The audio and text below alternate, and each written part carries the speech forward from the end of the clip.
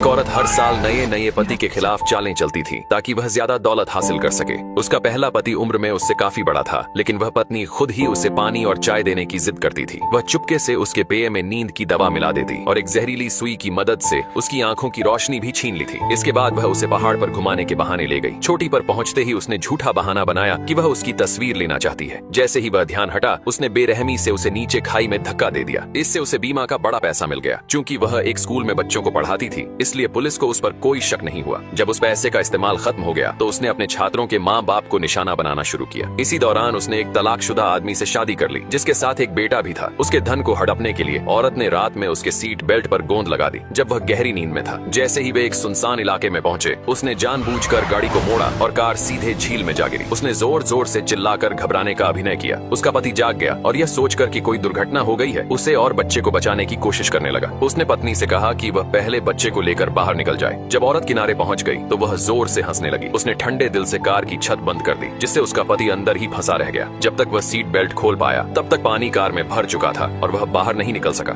आखिर में वह वहीं डूब गया। उसके अंतिम संस्कार के दिन औरत बिना समय गंवाए दूसरे पुरुषों पर मुस्कुराने लगी। ये नजारा उसकी सास ने देख लिया। उन्हें तुरंत शक हो गया कि उसके बेटे की मौत के पीछे जरूर उसकी बहू का हाथ है। उन्होंने गुस्से में आकर बहू से सामना किया, लेकिन वह चुपचाप मासूम बनने का नाटक करती रही। कुछ ही समय बाद औरत ने अपनी सास पर केस कर दिया और सौतेले बेटे की कस्टडी मांगने लगी। बेटे की मौत से टूटी हुई वह बुजुर्ग महिला अब अपने पोते को भी खोने वाली थी। कोर्ट में वह अपना गुस्सा नहीं रोक सकी और खूब चीखी चिल्लाई, लेकिन औरत लगातार मासूम बनने का ढोंग करती रही। उसे लगा इससे वह अदालत में जीत जाएगी, लेकिन न्यायाधीश ग्वांगना को कुछ गड़बड़ महसूस हुआ। उन्होंने औरत का नाम एक शीशे में लिखा और उस नाम के साथ ही उसके सारे गुनाह सामने आ गए। असल में ग्वांगना कोई आम जज नहीं थी। वह नर्क से आई एक दैवीय न्यायाधीश थी, जो पापियों को उनके कर्मों का फल देने के लिए इस धरती पर भेजी गई थी। उसी रात ग्वांगना ने औरत को कॉल किया और बताया कि उसने उसके सभी जुर्मों के सबूत इकट्ठा कर लिए हैं और उसे उसी झील के पास बुलाया जहां उसने अपने पति की हत्या की थी। डर के मारे वह झील पर पहुंची, लेकिन वहां उसने जो देखा उससे उसका खून जम गया। झील के बीचों बीच से उसका मरा हुआ पति अपनी कार समेत उसकी ओर आता दिखाई दिया।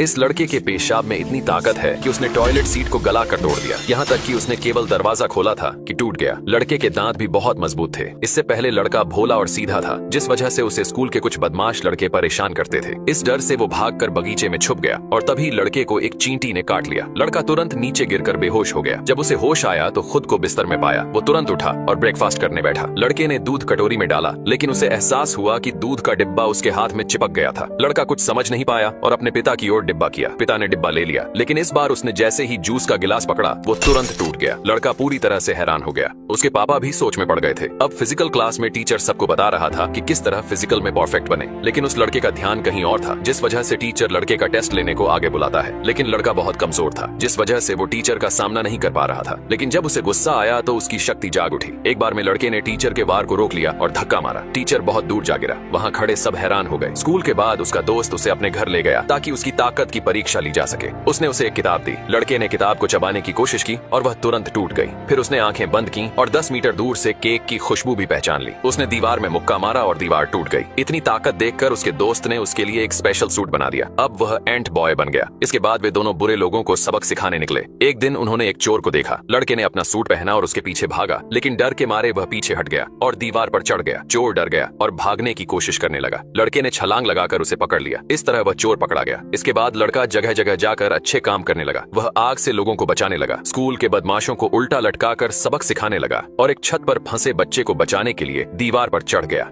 अब वह शहर का हीरो बन गया। उसके कई फीमेल फैंस भी बन गए।